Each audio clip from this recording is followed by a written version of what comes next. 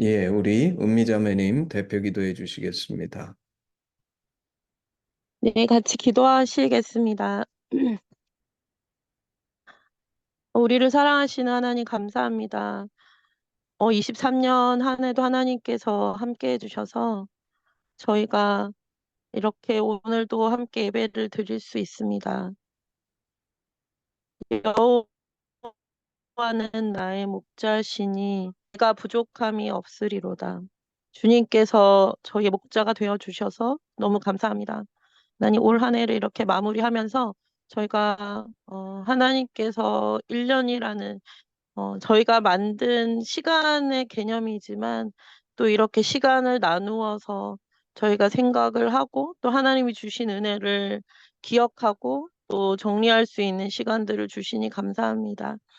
올 한 해 하나님 주셨던 그 많은 말씀과 은혜들을 다시 한번 되새기고 24년이라는 또 새로운 해를 주시는데 그 시간 가운데 하나님 오늘 저희가 찬양한 것처럼 저희 힘으로는 할 수 없지만 성령님께서 함께 해주셔서 저희의 하나님의 꿈이 저희의 비전이 되고 또 예수님처럼 저희가 하루하루를 살아갈 수 있도록 성령님께서 함께 해주시기를 간절히 기도드립니다. 오늘 23년 마지막 예배 주시는 말씀 저희가 각자에게 하나님 하고자 하시는 말씀들 들을 수 있는 귀를 열어주시고 저희는 또 이렇게 평안하게 예배 드리고 있지만 이 시간에도 세계 곳곳에서 또 이 나라 가운데서도 고통 속에 있는 사람들이 많이 있습니다. 하나님 그들을 기억하여 주셔서 그 가운데 함께 하심을 사람들이 그 고난 속에서 하나님을 만날 수 있는 그런 또 은혜를 허락하여 주십시오. 감사드리며 예수님의 이름으로 기도드립니다. 아멘. 네, 아멘. 예, 오늘은 시편 23편 여호와는 나의 목자시니 이 말씀 나누기 원하는데 우리 은영 자매님이 이 시편 26편을 23편 6절밖에 안 되니까 은영 자매님이 좀 읽어 주십시오. 네. 여호와는 나의 목자시니 내게 부족함이 없으리로다.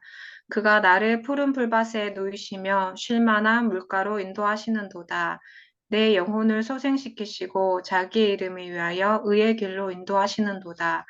내가 사망의 음침한 골짜기로 다닐지라도 해를 두려워하지 않을 것은 주께서 나와 함께 하심이라. 주의 지팡이와 막대기가 나를 안위하시나이다. 주께서 내 원수의 목전에서 내게 상을 차려주시고 기름을 내 머리에 부으셨으니 내 잔이 넘치나이다. 내 평생의 선하심과 인자하심이 반드시 나를 따르리니 내가 여호와의 집에 영원히 살리로다. 아멘. 아멘, 아멘. 예, 감사합니다. 사실 23년 우리 마지막 우리 토요 열린 예배인데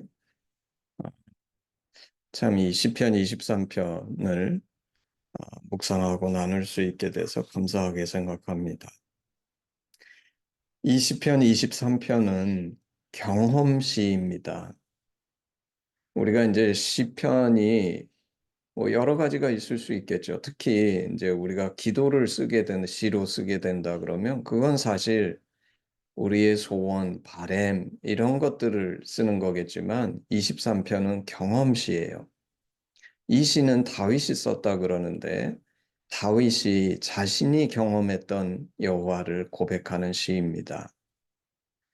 그래서 이 시편을 묵상하면서 나의 경험을 한번 이 시편과 맞춰보면서 이 시편을 묵상해야 한다고 저는 생각합니다.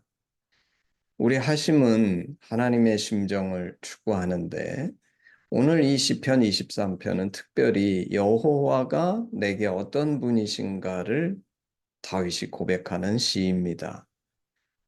여러분에게는 여호와 혹은 우리 주님 예수 그리스도는 어떤 분이신지 나에게 한번 깊이 생각하면서 이 시편을 같이 묵상하면 좋겠습니다.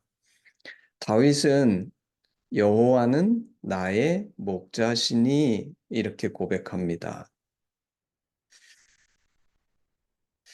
인생이 뭘까? 제가 이렇게 생각할 때 인생을 여러 가지로 표현할 수 있겠지만 저한테 떠오르는 한 단어는 나그네입니다. 인생은 나그네가 아닐까. 사실 우리는 이 땅의 주인이 될 수 없지요. 왜냐하면 떠나야 하기 때문입니다. 세상에는 떵떵거리는 인생도 있지만 그런 떵떵거리는 인생도 떠나야 할 때가 있습니다.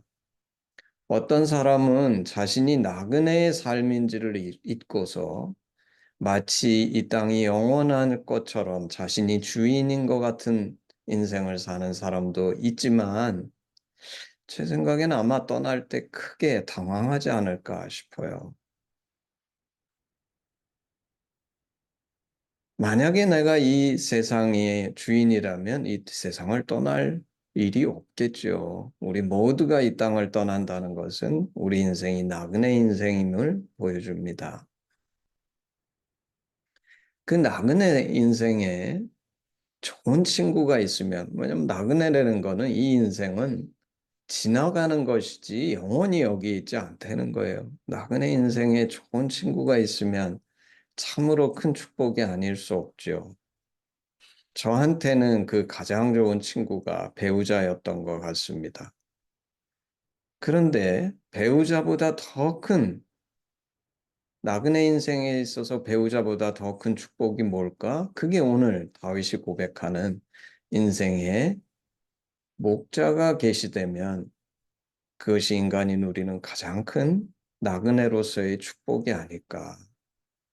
사실 나그네는 어디로 가야 할지를 잘 모른다는 것이죠.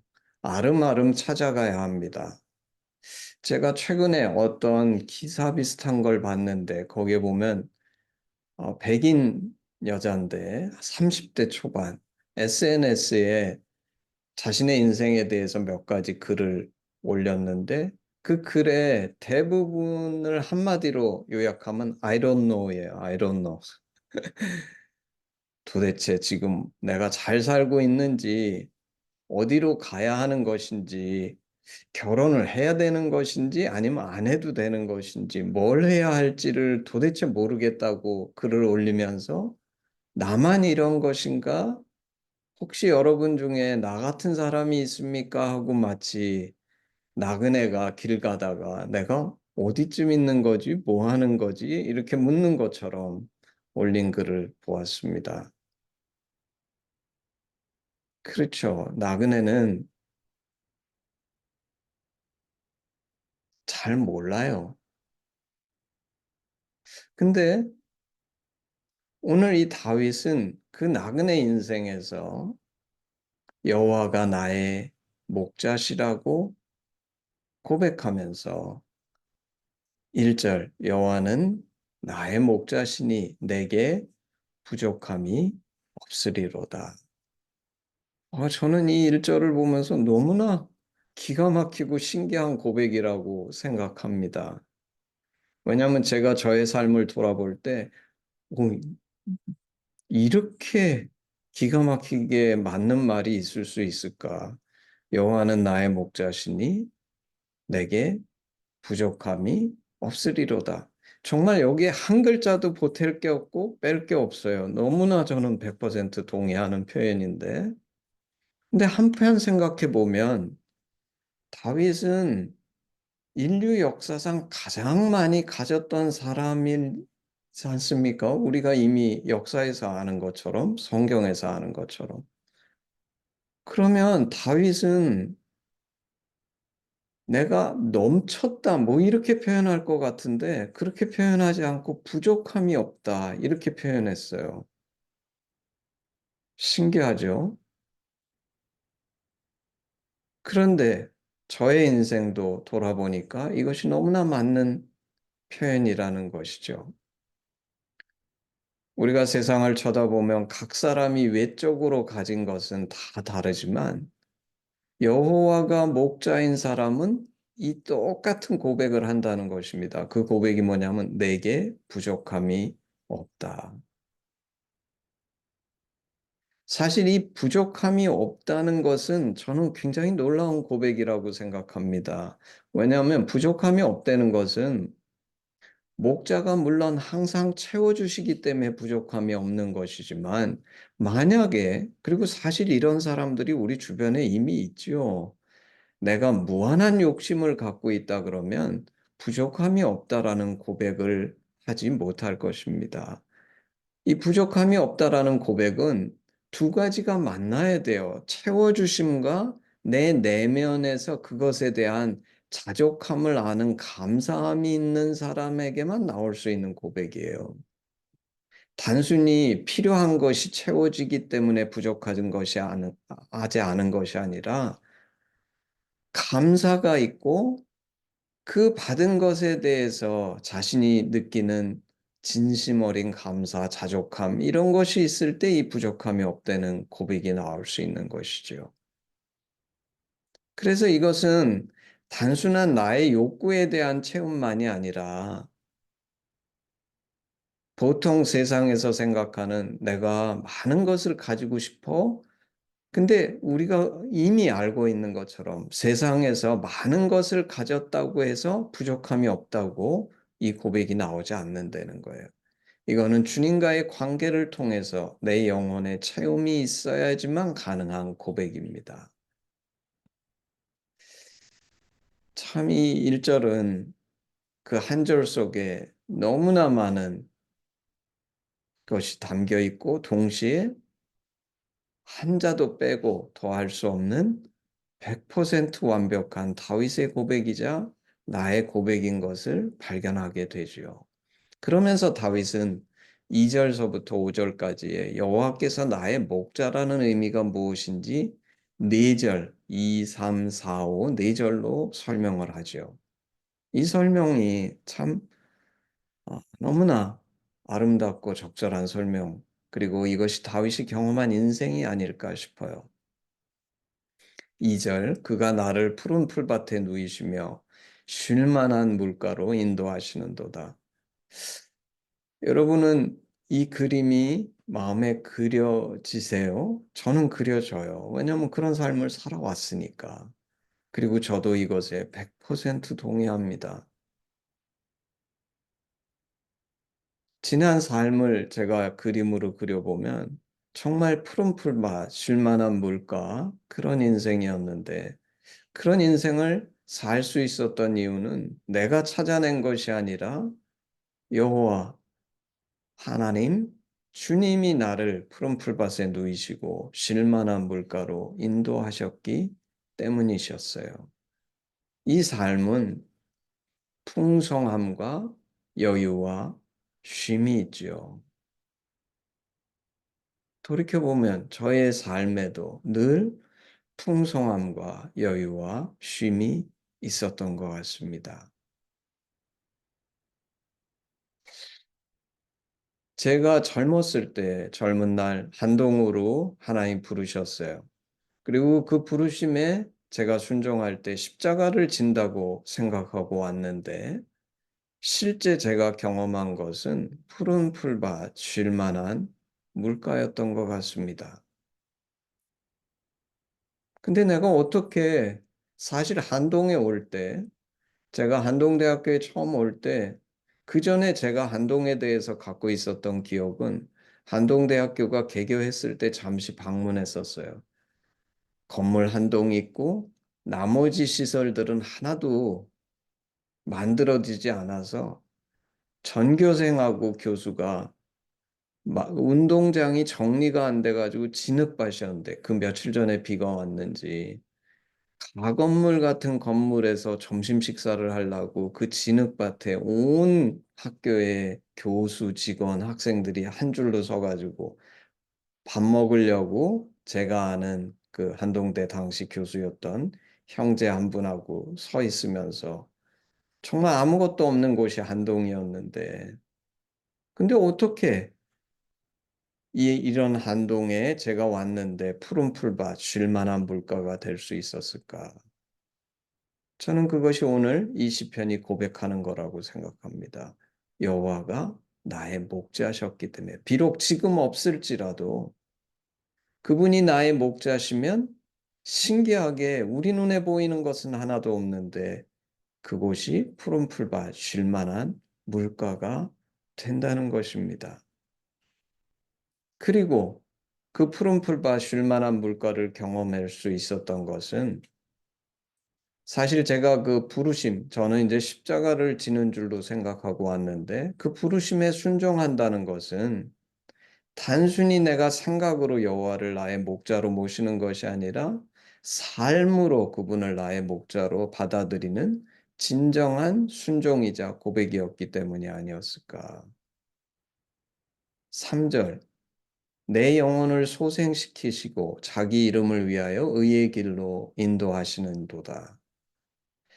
우리가 2절만 보면 마치 주님이 나의 필요, 나에게 공급해야 될 것들을 공급하시고 쉼을 주시는 그런 정도로 생각하기 쉽지만 사실 2절은 그거보다 훨씬 큰 내용이라는 거예요. 그게 뭐냐면 3절에 더 보완해서 설명하는데 주님이 목자시라는 것은 그런 물질적인 거, 외적인 필요에만 국한되는 것이 아니라 주님은 진정한 목자. 그래서 나를 옆에서 도와주고 나의 필요를 채워주고 하는 정도만이 아니라 내 영혼, 나 자체를 소생시키시고 그리고 내가 잘해서가 아니라 당신의 이름을 위하여 의의 길로 인도하시는 진정한 목자시라는 것입니다. 이것도 저는 100% 경험했어요. 사실 우리는 종종 우리 영혼을 스스로 죽이죠.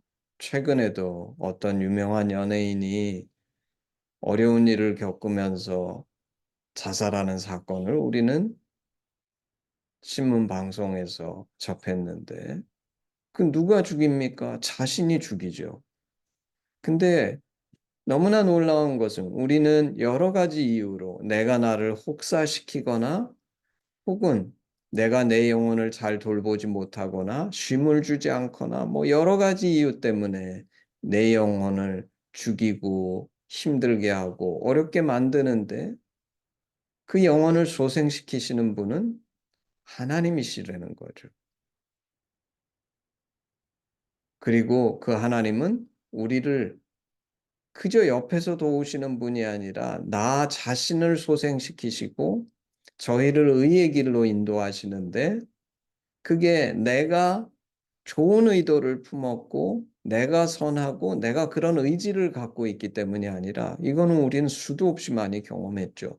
당신의 이름 때문에. 사실 우리는 얼마나 많이 하나님 앞에 부끄럽고 좌절하고 자신을 망치고 의의 길에서 벗어났는지 모르지만 하나님이 당신의 이름을 그리고 당신의 이름이라는 뜻은 당신의 진심이 그것이기 때문에 우리를 의의 길로 인도하시는 진정한 목자시라는 거예요.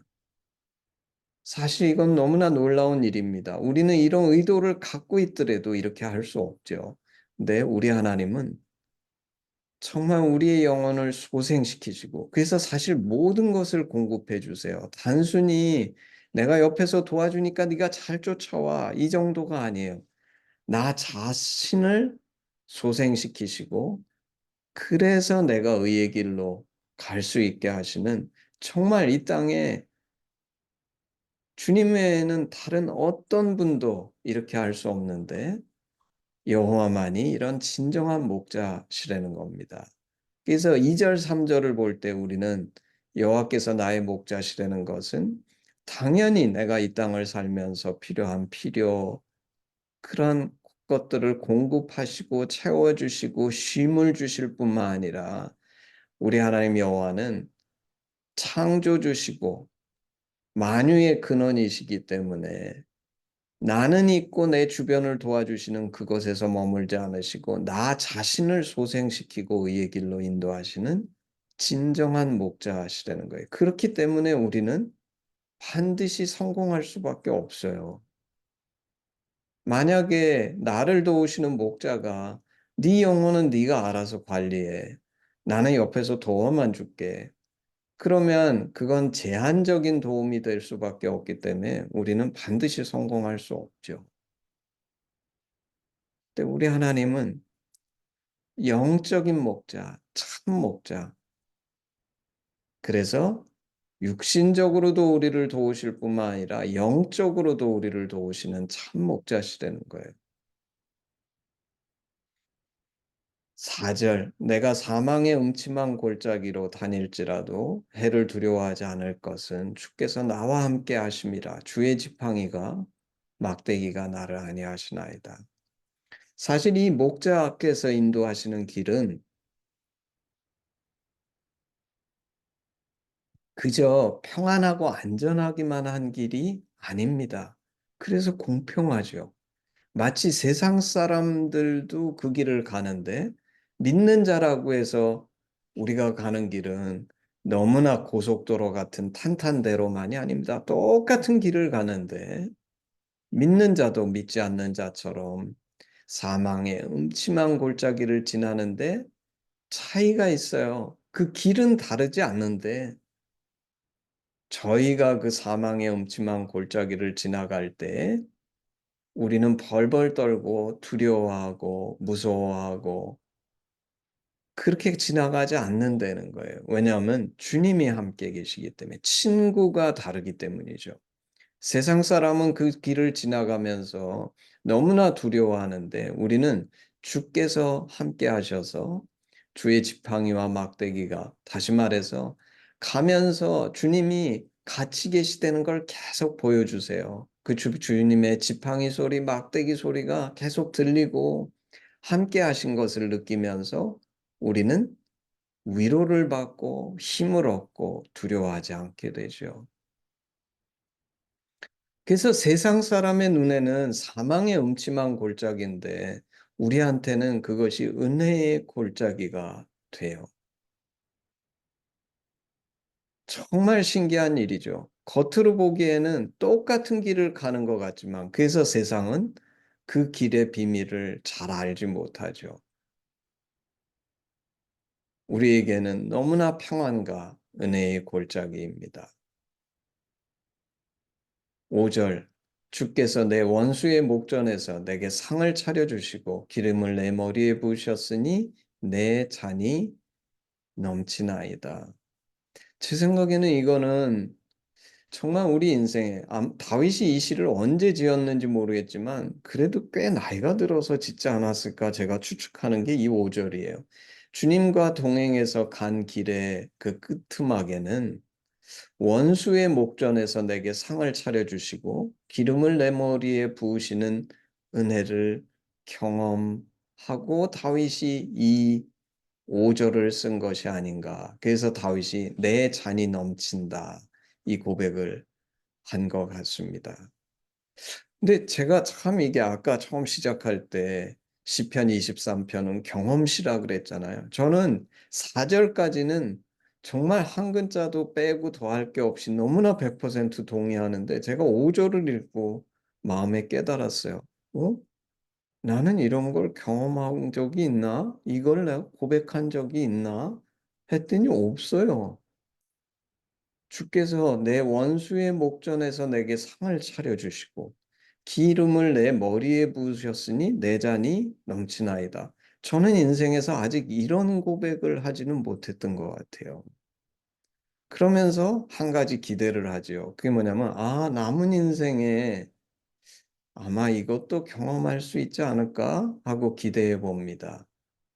그리고 이 말씀을 깊이 고민해 볼 때 이거는 할 수도 있고 안 할 수도 있는 것이 아니라 반드시 해야 되는 것이 아닌가.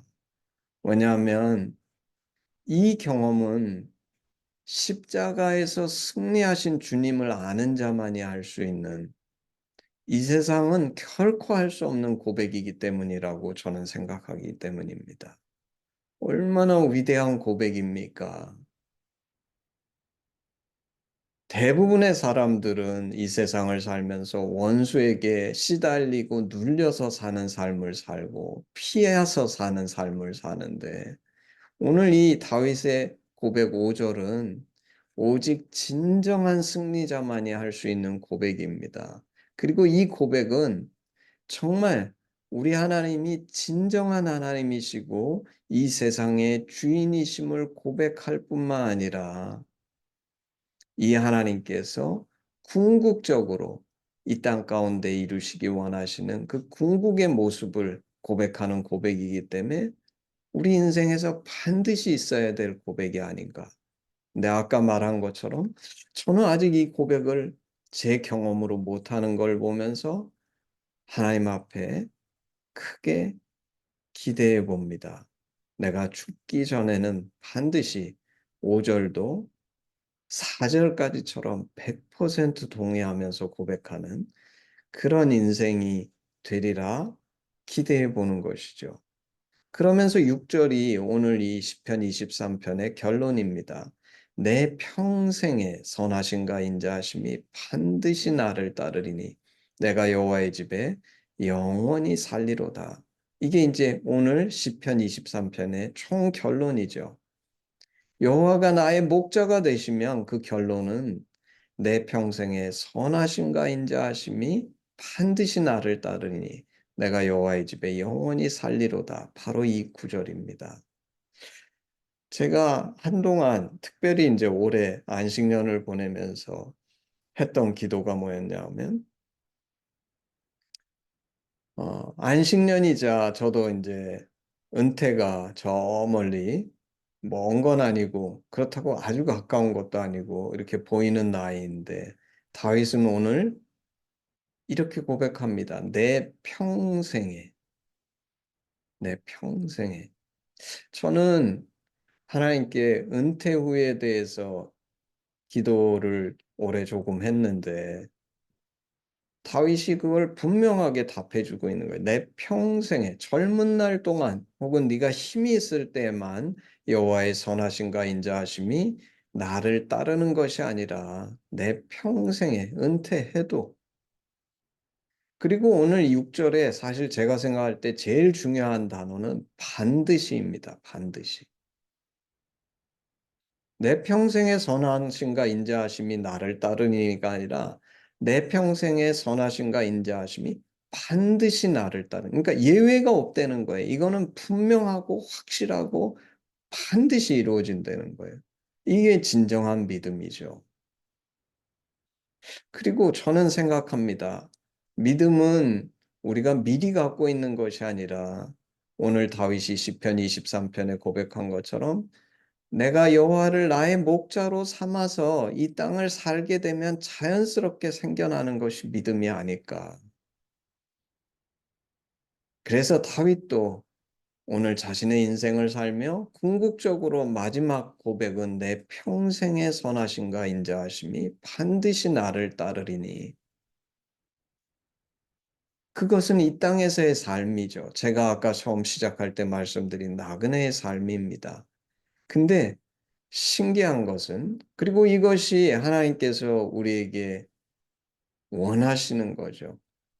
나그네의 삶이 의미 없고 그냥 끝나는 것이 아니라 다윗의 마지막 결론은 내가 여호와의 집에 영원히 살리로다. 나그네의 삶은 나그네의 삶으로 끝나는 것이 아니라 그 나그네의 삶을 통해 영원한 삶, 여호와의 집에 사는 영원한 삶으로 자연스럽게 이어진다는 것입니다. 너무나 놀라운 고백. 제가 이 말씀을 묵상하면서 내가 여기에 인생에 대해서 더 나그네의 삶에 대해 더할 것이 있나? 없는 것 같아요. 오히려 다윗의 고백 5절 아까 제가 말씀드린 것처럼 아직 내가 100% 경험으로 고백하지 못하는 5절이 남아 있는 것 같습니다. 근데 오늘 이 엄청난 고백이자 축복은 특별한 사람에게 임하는 축복이 아니라 여호와가 나의 목자인 사람에게는 누구에게나 임하는 축복이에요. 그리고 저도 그렇다고 분명하게 증거했습니다. 물론 아직 5절을 제가 경험하지 못했지만 5절을 제외한 나머지 것들은 정말 한 글자도 더하고 빼지 않으면서 저도 100% 동의한다고 그렇게 체험했다고 고백했어요. 근데 너무나 안타까운 것은 오늘날 많은 사람들이 이 축복을 거절한다는 것입니다. 이 축복을 누리지 못해요. 왜 그렇습니까? 여호와가 나의 목자가 아니시기 때문이죠. 사실 사람들은 누구나 다 물질, 평안, 성공, 명예, 권력 뭐 이런 거 다 갖고 싶어요. 근데 문제는 뭐냐면 우리는 정말 오늘 시편 23편이 얘기하는 것처럼 그렇게 푸른 초장의 삶, 쉴 만한 물가의 삶, 정말 내 영혼이 항상 새롭게 힘을 얻고 의의 길의 삶, 두려워하지 않는 삶, 평안한 삶, 상이 넘치는 삶, 기름이 내 머리에 부어지는 삶을 꿈꾸지만 그것이 이루어지지 않는 이유는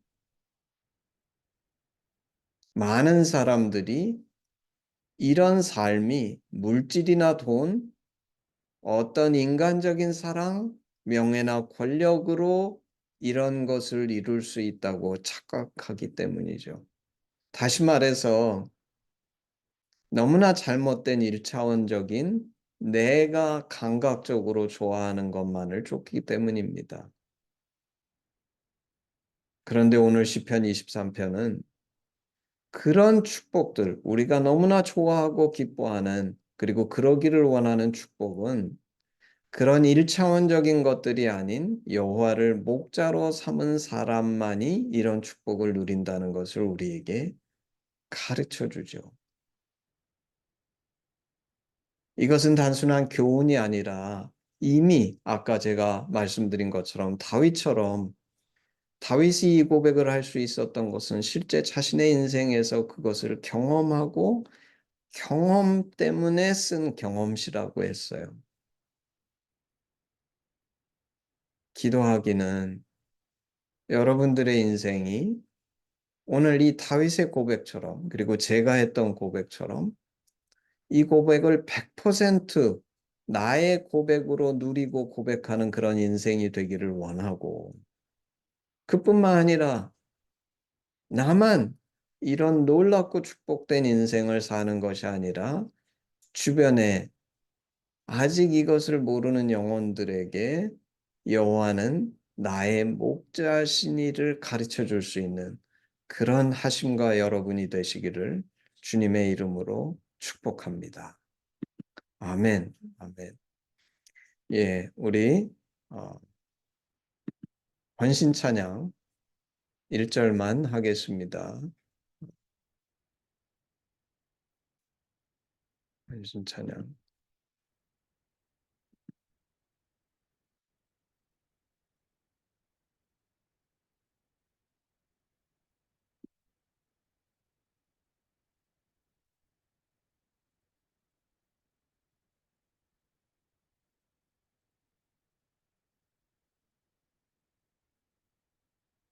예. 네. 내게 있는 모든 것을 아낌없이 드리네. 사랑하고 의지하며 주만 따라 살리라. 주께 드리네. 주께 드리네. 사랑하는 구주 앞에 모두 드리네. 아멘. 예, 기도하겠습니다.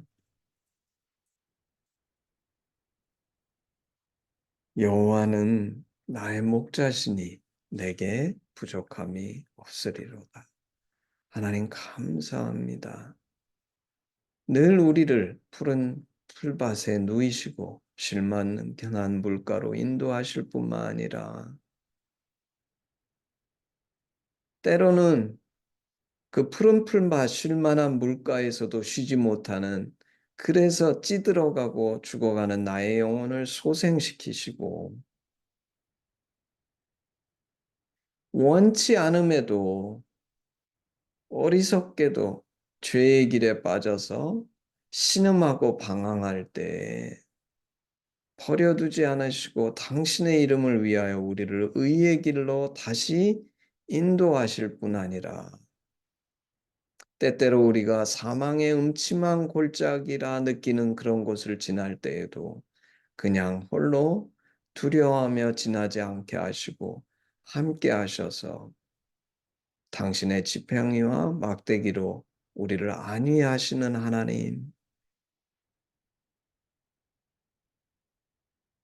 정말 다윗의 고백처럼 나를 사랑하고 나를 지지해주는 그런 사람들뿐만이 아니라 내 원수들의 목전에서도 내게 상을 차려주시고 기름을 머리에 부어주시는, 그래서 내 잔이 넘친다고 고백하는 이 놀라운 고백을 저희가 주님 앞에 올려드릴 수 있는 그런 친정 목자께서 주시고자 하는 삶을 누리는 우리가 될 수 있게 하시고, 우리의 인생이 다윗의 고백처럼 내 평생의 선하심과 인자하심이 반드시 나를 따르고 내가 여호와의 집에 영원히 거하리라고 고백하는 그런 놀라운 축복의 인생, 믿음의 인생이 될 수 있도록 주님 함께 하시고 동행하여